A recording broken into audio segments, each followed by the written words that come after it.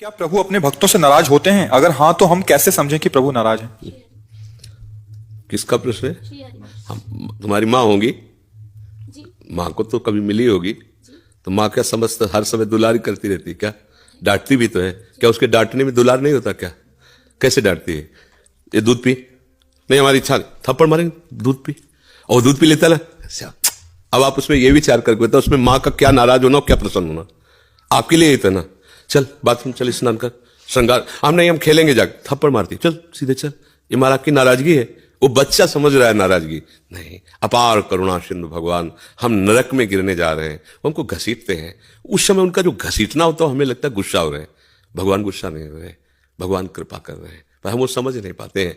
तो जैसे माँ, अच्छा आप हाथ छोड़ा के भाग जाओ, माँ कहेगी जा मर जा जाके, ऐसे कहेगी, हमने सुना है। नहीं मानता ना, मर जाके, तेरे पे जो मन में आए सो कर जाके। अब उससे पूछो तो कि वो माँ बच्चे को मरने का साप दे रहे क्या? नहीं नहीं, अगर वो दौड़ लगाया और गिर गया तो दौड़ के जाकर उठाएगी, और वो उसका एक प्रेम भरा शब्द है जिसमें कर्कशता दिखाई दे रही पर है नहीं। ऐसे ही भगवान है। अनंत माताओं में जो वात्सल्य है वो हमारे भगवान के एक बिंदु से है, वो वात्सल्य सिंधु है। सोचो जब एक माता अपने बच्चे का अहित नहीं कर सकती तो अनंत माताओं जैसा प्यार लिए हम सच्चे उनके संतान हैं। क्योंकि ये शरीर मायाकृत पांच भौतिक है जो मां के गर्भ से रच कर आया है, लेकिन जो मैं हूं वो केवल भगवान का अंश हूं, माया रचित मैं नहीं हूं। जो अंश है मैं तत्व वो श्री कृष्ण का अंश है, सीधे श्री कृष्ण का अंश है, और है ये भी सब श्री कृष्ण से ही, पर ये माया में रूपांतरित होकर पंचभूतों के द्वारा निर्मित है। ये मेरा स्वरूप नहीं है, जो मेरा स्वरूप है वो श्री कृष्ण का अंश है। तो मेरे सच्चे वात्सल्य समुद्र तो प्रभु ही है ना। पर हम प्रभु को जान नहीं पा रहे, अपनापन नहीं कर पा रहे, तो हमें लगता है प्रभु हम पे गुस्सा हो रहे हैं ना। अगर तुम्हें ऐसा कहीं लगता है कि प्रभु गुस्सा भी हो रहे हैं, कब लगता है? जब हमारी मानी हुई कामना में बाधा पड़ती है, वो पूर्ण नहीं होती, तो हमें लगता है मेरे भगवान नाराज है क्या? क्योंकि अगर नाराज ना होते तो उन सर्वशक्तिमान को ये बात पूरी करने में क्या घाटा था? उन्होंने क्यों पूरा नहीं किया? इसका मतलब नाराज नहीं, ऐसी बात नहीं है। जैसे हम चाह रहे हैं कि हमें 100 रुपया मिल जाए, तो आज जाकर के मैं ऐसा ऐसा मनमानी करूं, मां करीब 25 पैसे भी नहीं देंगे, नहीं देंगे, जा। क्यों? क्योंकि पता है कि अगर आज 100 रुपया पाएगा, हो सकता है कोई नशा करे, गंदे आचरण, नहीं देंगे। और वही मां जब देख लेगी कि हाँ आप सही ढंग से खर्चा कर देते हो, तो अपनी कमाई हुई पूरे जीवन की संपत्ति आपको दे देगी। ऐसे ही हमारे भगवान है।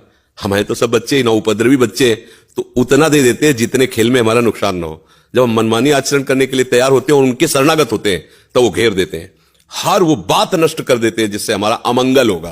क्योंकि भगवान का एक नाम है मंगल भवन अमंगल है, और हम मान रहे हैं कि उसमें मंगल है, और भगवान देख रहे हैं कि इसमें अमंगल है, उसको काट देते हैं। पर हम समझ नहीं पाते हैं। एक दो मित्र थे, कई बार सत्संग में सुनाया है, वो दोनों मित्र कुछ दिनों के बाद आचरणों में दोनों के परिवर्तन हो गया। एक गंदे लोगों की संगत में शराब पीना, जुआ खेलना, वैश्यागमन करना, इधर चल पड़ा, और एक गंगा स्नान करना, नाम जप करना, भागवत सुनना, संतों का समागम करना। काफी लंबे समय तक दोनों का मिलान नहीं हुआ। एक दिन वो पास से निकल रहा था जो व्यभिचार मार्ग में चला गया, और वो आ रहे थे गंगा नहा के नाम जप करते हुए। तो खजूर होता है ना, खजूर का बड़ा कांटा होता है, गंगा नहाने वाले के खजूर का कांटा, वो एकदम चीख के बैठ, वो नजदीक गया, सूट बूट पहने बाबूजी की तरह, क्या मिला तेरे को? गंगा नहा रहा है, नाम जप कर रहा है, धर्म से चल रहा है, देख सैकड़ों फ्रेंड ने हमारे मौज मस्ती से जीवन कट रहा है, देख मेरे को ऐसे। थोड़ी देर के लिए उसको लगा कि यार बातों से ही बचपन से गंगा नहा रहा हूं, नाम जप कर रहा हूं, सही ढंग से खाने को भी नहीं, देखो नंगे पैर गंगा नहाने गया था तो खजूर का कांटा ला, वो बूट पहने घूम रहा है। वो गया, उसको उपहासास्पद वचन कहकर, और अंदर से कि क्या भगवान मैं गलत हूं, मेरा मार्ग गलत है। उतनी देर में एक वयोवृद्ध के रूप में प्रभु आए, लाओ लाओ मैं कांटा निकाल देता हूं। बोले कांटा तो तुम ना निकालोगे तो हम ही निकाल लेंगे, पर हृदय में जो कांटा लग गया है अभी उसके वचनों से, उसका संशय। बोले क्या? बोले वो मित्र हमारा, हम दोनों मित्र थे, हम सतमार्ग में आए, वो कुमार्ग में आए, उसका मैल खड़ा है, सूट बूट से टहलता है, कभी उसको जुकाम भी नहीं हुआ, नंगे पैर चलता हूं, खाने को भी नहीं, देखो अभी कांटा खजूर का लगा हुआ, गंगा नहा के आ रहा हूं, कोई पाप कर्म नहीं। ये सब क्या है? क्या हमारे भजन का यही फल मिला हमको? तो उनका नहीं, तुम केवल अभी वर्तमान को देख रहे हो, मैं तुम्हें अनेक जन्मों की बात बताता हूं। ये जो अभी गया तुम्हारा मित्र पूर्व का पुण्यात्मा पुरुष है, इसने खूब दान पुण्य किए थे, इस जन्म में इसे चक्रवर्ती सम्राट का वैभव प्राप्त होना था, इसने जो पाप कर्म किए सब नष्ट हो गया है। अब ये कुछ क्षणों के लिए आपको दिखाई दे रहा है, जहां इसका वर्तमान का पाप और पूर्व का पुण्य नष्ट होकर पूर्व का पाप जुड़ा तो नष्ट हो जाएगा, ये किसी काम का नहीं रहेगा, देखना। और तुम्हारे ऐसे पाप थे कि इसी समय तुम्हें सूली की सजा मिलनी थी, पहले पुराने जमानों में सूली की सजा होती, भाले जैसे एक यंत्र में ऊपर से उसको लाके छोड़ा जाता था, गुदा द्वार में घुस के ऐसे, अब वो कितने घंटों में तड़प के मरे, बहुत कष्टप्रद मृत्यु। बोले तुम्हें सूली की सजा, तो खजूर के कांटे में निकल गई। तुम्हारा वर्तमान का पुण्य और पूर्व के जो पाप है वो नष्ट हो चुके हैं, और पूर्व का पुण्य, ये दोनों जब मिलेंगे तो तुम्हें जो अपार सुख होगा वो सोच भी नहीं सकता। इसलिए तुम गलत नहीं हो, अपने विचारों को शुद्ध रखो। तो धर्म से चलोगे, ठीक चलोगे, तो हो सकता है आज तुम्हें कष्ट लगे, ऐसा लगे कि भगवान हमको क्यों नहीं दे रहे हैं सुख वैभव जो मैं चाहूं। लेकिन देखो सामने वाला गलत कर रहा है, अधर्म कर रहा है, बहुत फल फूल रहा है।